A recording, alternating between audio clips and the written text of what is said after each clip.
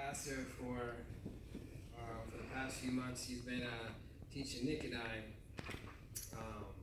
how to preach. We want to, definitely want to be pastors when we grow up, and pastors is helping us with that, especially helping us on preaching. And so I feel like I've been growing a little, as for the past few months at the church or at the Brookdale's nursing home. So it's pretty fun, and if you guys get a chance, you should stop by there.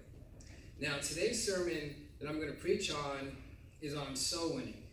As you know, I love soul winning. I love to go out sowing, and I love to motivate you. I probably came and talked to quite a few of you about soul winning. So my goal here today is to hopefully see if I can motivate at least one of you to be a soul winner, to come out and join the revival. Now, I was doing my research before we found this church. Just one thing, in Orlando, there's 81 Baptist churches in Orlando. And the ones that are doing soul winning is very few. I've called a lot of these churches asking if they go soul winning, because I wanted to learn how to go soul winning. I wanted someone to teach me. And sadly, there wasn't many. A lot of them would do, they'll go to a door and maybe just hand out a tract and say, hey, we'd like to have you come to our church and have a wonderful day. And they'll leave it like that. Or, hey, can we just pray for you? And that's it. They wouldn't share the gospel with that person. Well, one thing is not a secret that we're living in the last days, and, people around us need to hear the gospel. Amen. Well, one thing I want to talk about soul winning, the first thing is, what is victory in soul winning? I want to touch on this topic first because a lot of people quit soul winning when they go out for weeks and weeks and no one gets saved. I've had churches tell me, yeah, we used to go soul winning, but no one got saved, so we stopped. It wasn't working out for us. Well, it's not true. Last year, just a small group of us, we got 114 people saved. In January, we got 66. It still works. And that's just a small group of people going out soul winning. Now,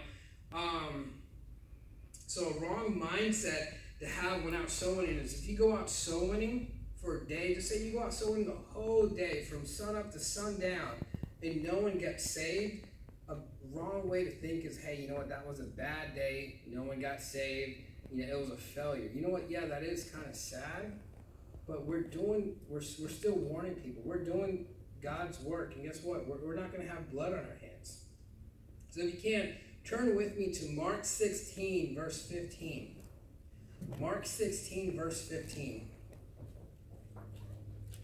And it says, and he said unto them, go ye into all the world and preach the gospel to every creature. Notice he didn't say, this wasn't a suggestion. Hey, you know what I think you guys should do? Maybe, try to go soul winning. Tell your neighbor might, at least live a happy life, so that way they might come and ask you, hey, what do you got? It says, go ye into all the world and preach the gospel.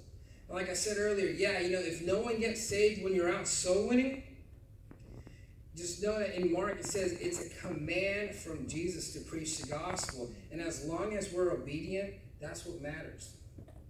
And I want you to know something. It's a command from Jesus and not a suggestion.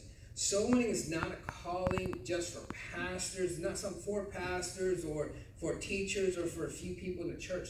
So when preaching the gospel to people, soul winning, that's your job as a Christian. That's something you must be doing. That's something you should be doing. Now, I get people to tell me, hey, it's great that the Lord has called you to be a soul winner. Or God has called you to witness to people. As if it's something special only for a few people. Hey, this is for every one of us. The first thing, once you get saved, you should be telling somebody about this.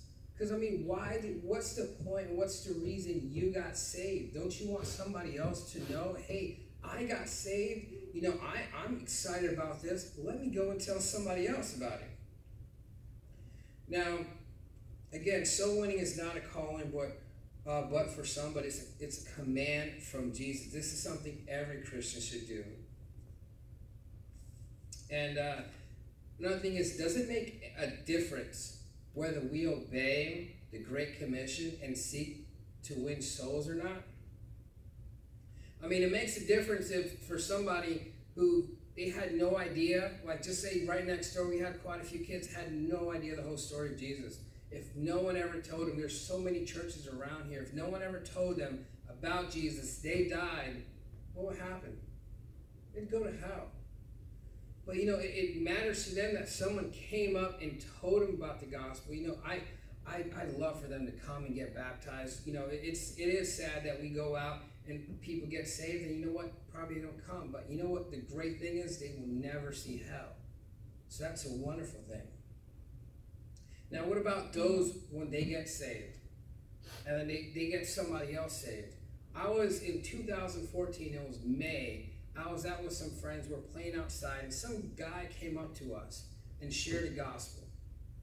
I have no idea who this guy is. If I see him again today, I won't even recognize him. We was hanging out, he shared the gospel to us, and we understood. We understood and we got saved.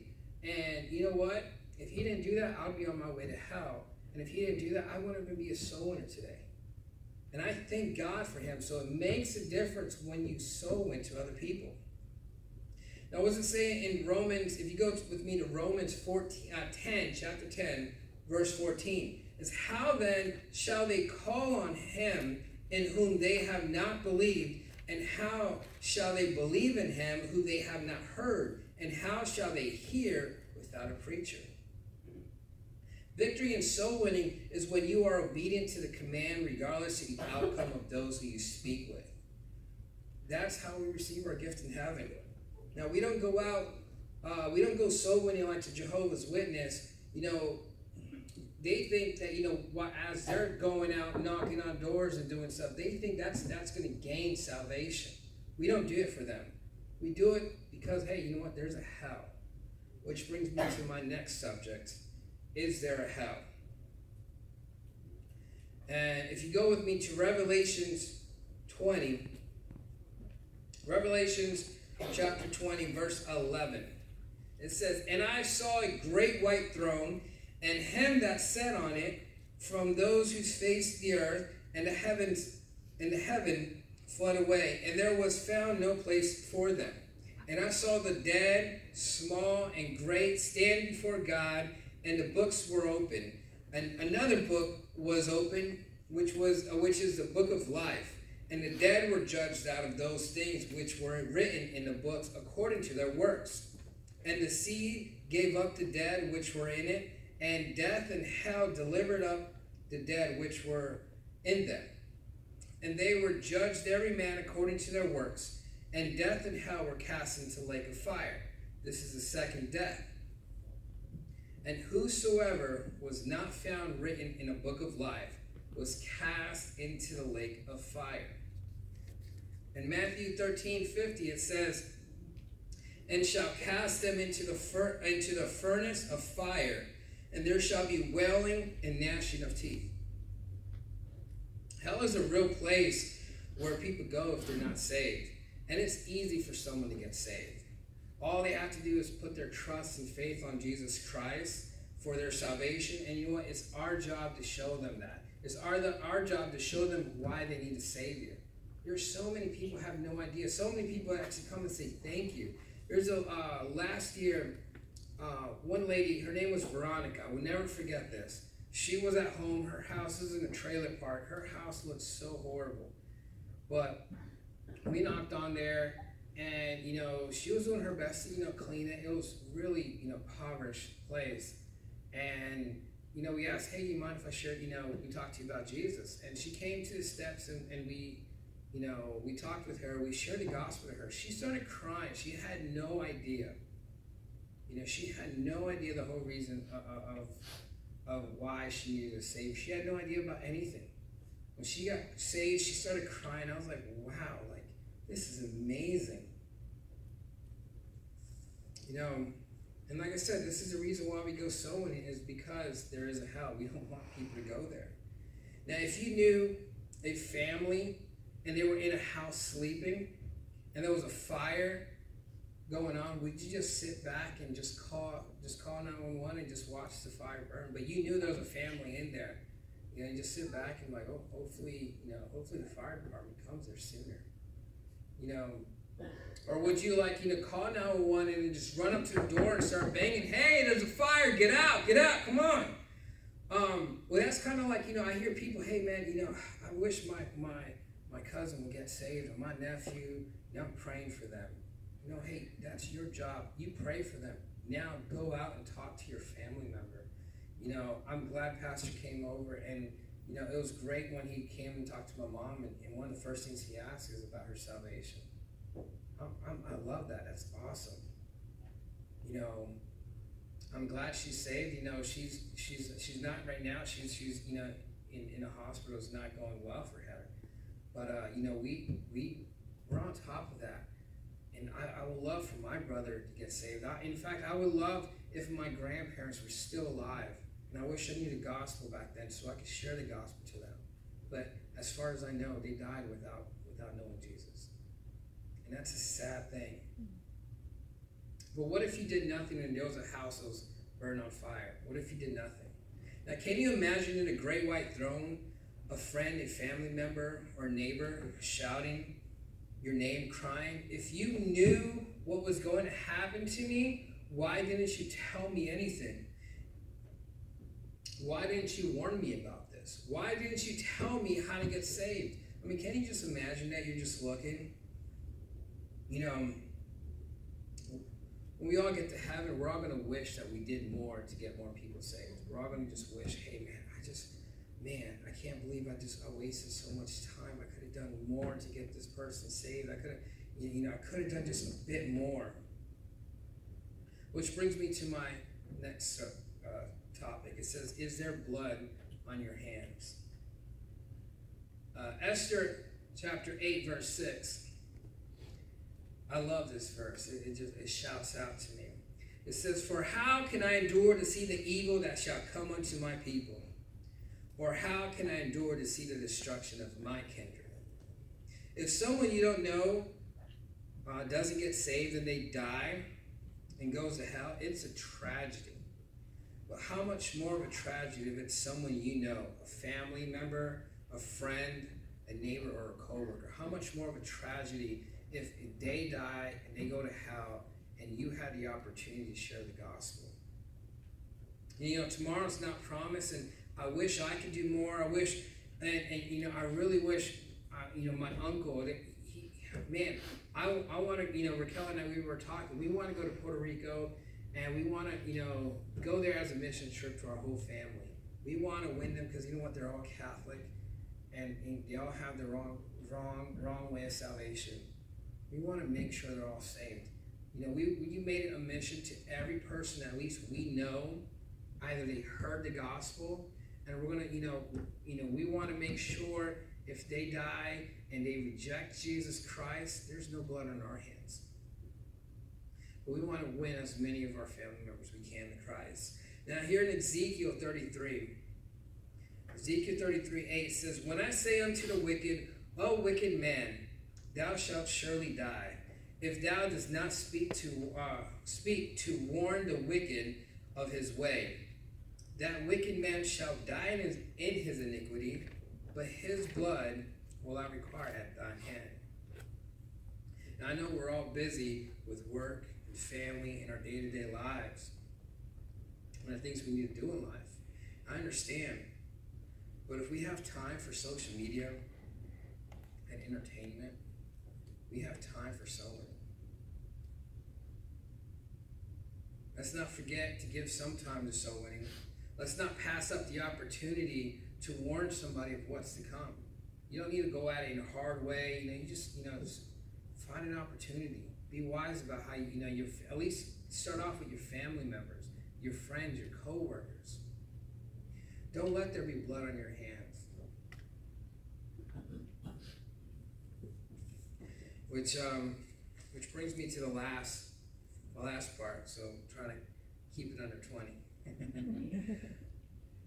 Will you join the revival and become a soul winner for Jesus? And if you ask, what can I do what can I do to join? What can I do to become a soul winner? What can I do? How can I do this? Well, if you've never been out soul winning, which I heard this church a few years ago used to go out soul winning 3 times a week. Is that what you was telling me earlier? 3 times a week, they knocked on every door in this area. Hey, guess what? New people moved in. Probably another family member will knock on. We've knocked on many homes, and guess what? They never heard it. Well, if you've never been a soul winner, you start off as being a silent partner. All you have to do is just be silent. Don't say nothing. Just come, pray, just learn. Because we have a lot of talkers. If you look at the soul winning marathon that we had 58 soul winners. And with the 58 soul winners, about 50 of them were all talkers. And we're going in groups of twos. So we had about 25 groups. What if we had 50 extra silent partners on that? We would have had 50 groups out there. We had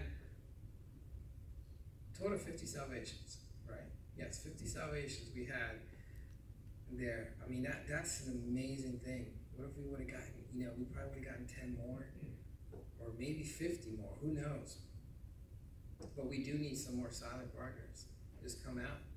If you can't come out for a whole afternoon, Saturday mornings, I can't make it Saturday mornings, but if you can make it Saturday mornings, pastor's here. But we have Sundays, Monday, pick a day. If you can't make it, just talk to one of us. We'll find a way to help you. If you have questions about how to talk to your family member, we'll definitely help you.